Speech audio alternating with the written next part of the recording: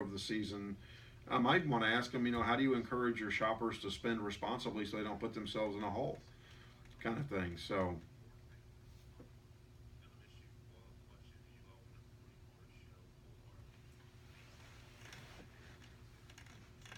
I think we need to either pre-record one or on Friday in particular, we might play a best of, from the past. we could.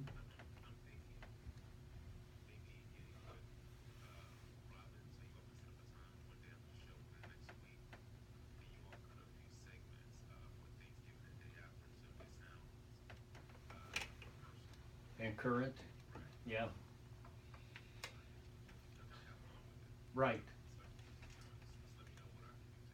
Okay.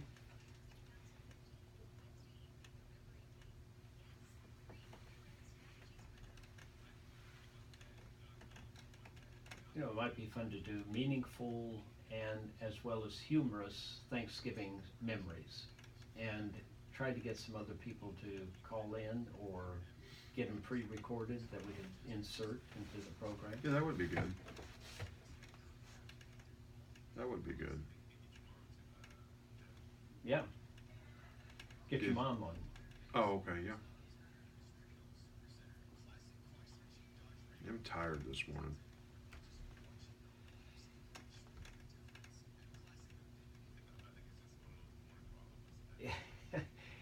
Yeah, I needed that second cup of coffee, and I didn't have time to get it this morning. So, and I've tried the coffee here. I don't know if you don't drink coffee though, do you, Severius? Seravius. Yeah, it's well, yeah, it's. I was trying to get an apt description, but bad coffee is about the best we can do.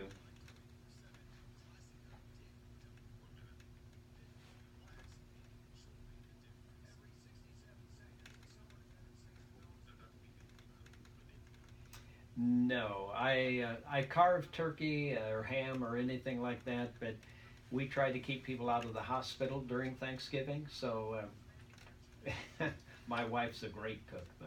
I cook on Thanksgiving. Oh, yeah. Um, Normally I start on Sunday before Thanksgiving because you got to do a lot of shopping and prepping. Um,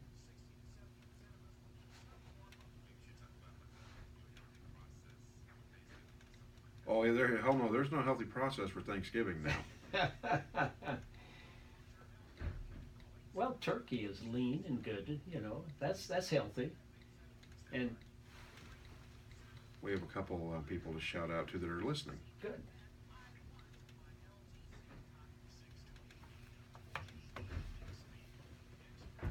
Oh.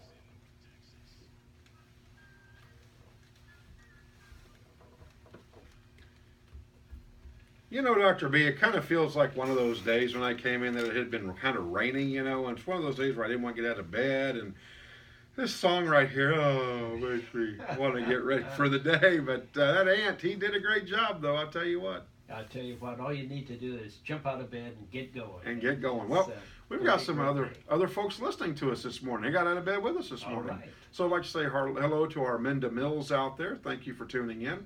Frank Slaughter is tuned in. He's a Marine, so happy Veterans Day to him. Also, would like to say hello to David McCurdy and his family. They are having a baby today.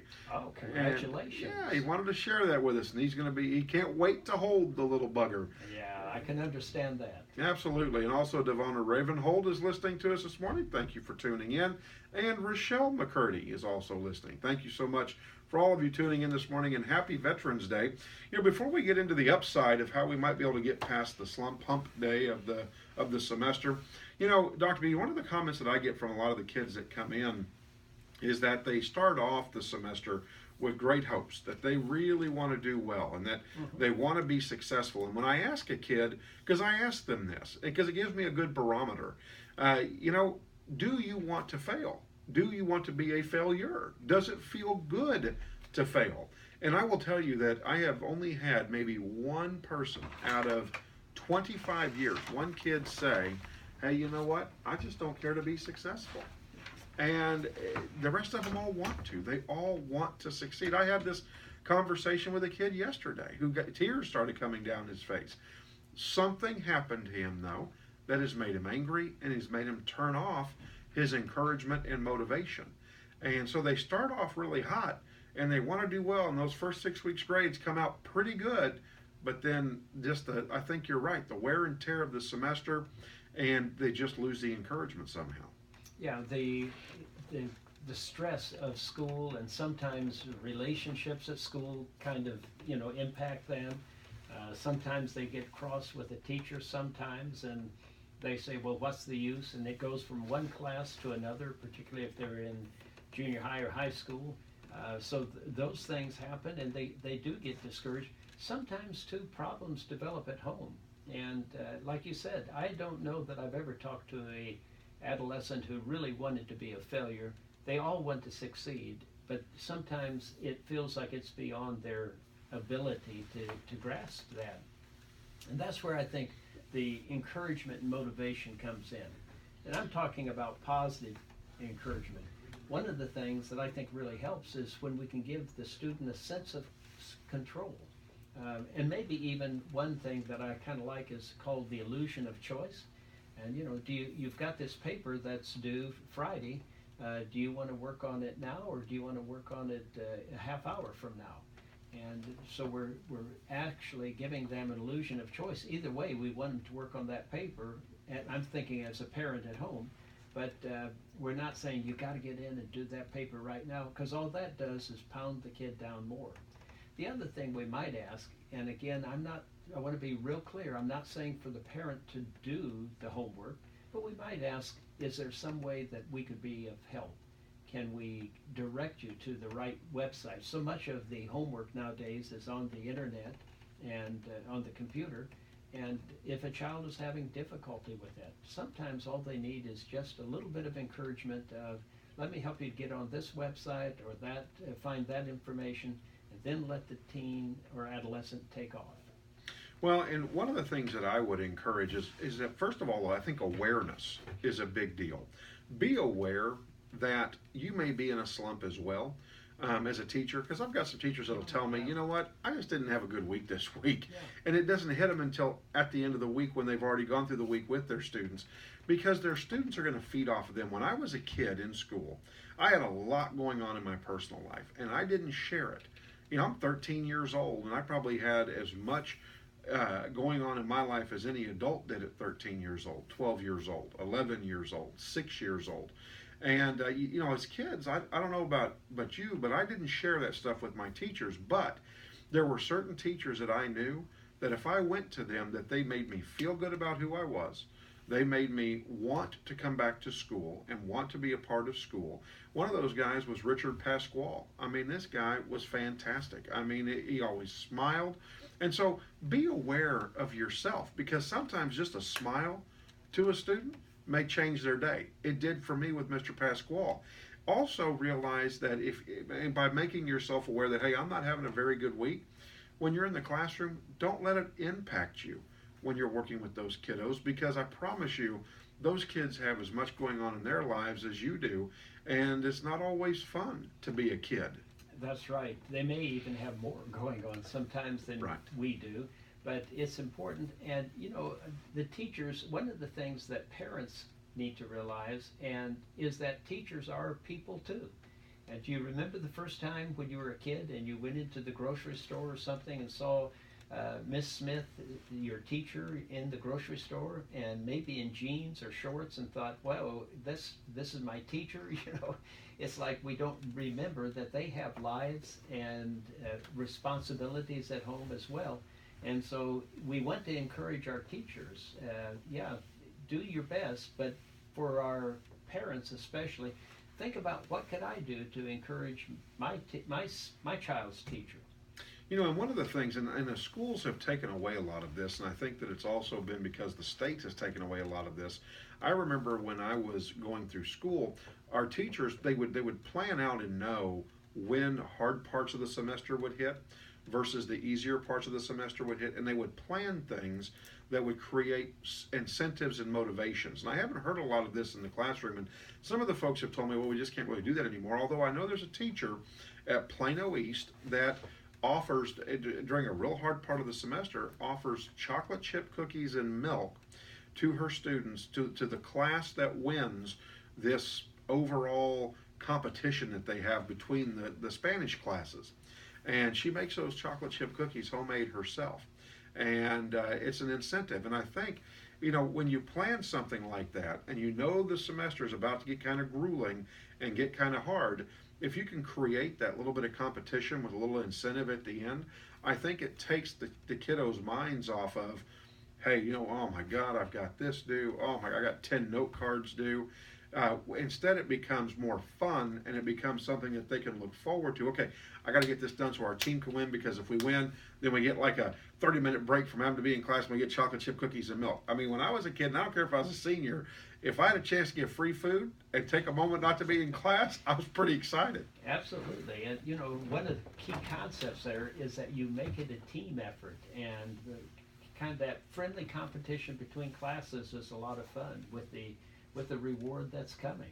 So yeah, lots of encouragement, and kudos to that teacher. She's going way, or maybe she is going way beyond what they have to do, or what the school district says they have to do. And those are the teachers we remember, is the ones that go beyond. They will impact our life. We were sitting at a restaurant, my wife and I, not too long ago, and a young man came up that was a waiter at the restaurant, and he was very courteous, and he spoke, and he said to my wife, said, Mrs. Bateman, you don't remember me, do you?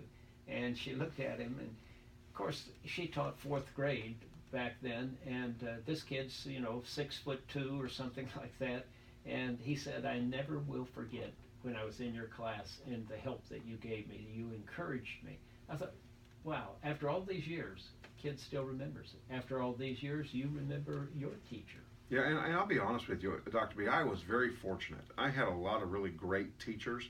Of course, my attitude helped. Sure. I loved going to school, because I'll be honest with you, sometimes it got me out of the home where there wasn't such good things going on. And so it gave me a safe place to go, and that's kind of how I looked at it. But I had a lot of great teachers. I was very, very fortunate. Also want to do a shout out. Danielle is listening to us this morning as well. She's one of our younger listeners.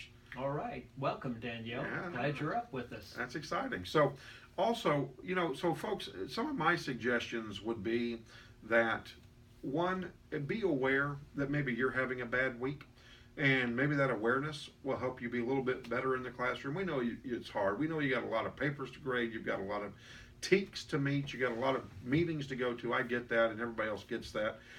But those kiddos, they feed off of our teachers and off of how they feel. And then maybe try to plan, again, something that would distract a little bit from the gruelingness of that part of the semester, that would create an incentive to be motivated to do well, to create that whole team spirit around wanting to be successful in the classroom. So just some suggestions and some food for thought, as they might say. Join us tomorrow, again, calling at 6:28 a.m. with the magic word, Veterans. And let us know that you're listening, and you will win a 4-pack to Sea Life Aquarium. Also tomorrow, we're planning on having Hugs Cafe on from McKinney, Texas. You're going to want to stay tuned for that one, because that's a really exciting project.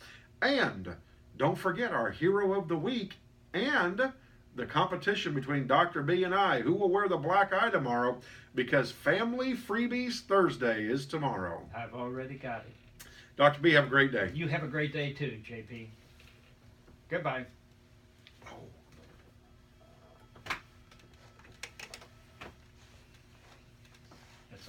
I forgot. Tomorrow. That's the other side. It's not intentional. No. It's just, we get going. Yeah. It's not that I don't want to make mention of it. Well, I must say, this little mini iPad thing came in handy. We had other people listening to us this morning, so that's good. All right. Yep. Shall we blow out? This was better than carrying my laptop in, and accomplish the same thing. I just I have one of those too, but I like my laptop because my eyesight is. Well, that's why I wear the glasses. Oh my goodness gracious me. Well, I forgot. I'll mention it tomorrow. We need to push our Friday calling. I need to get people to call them with their funny kids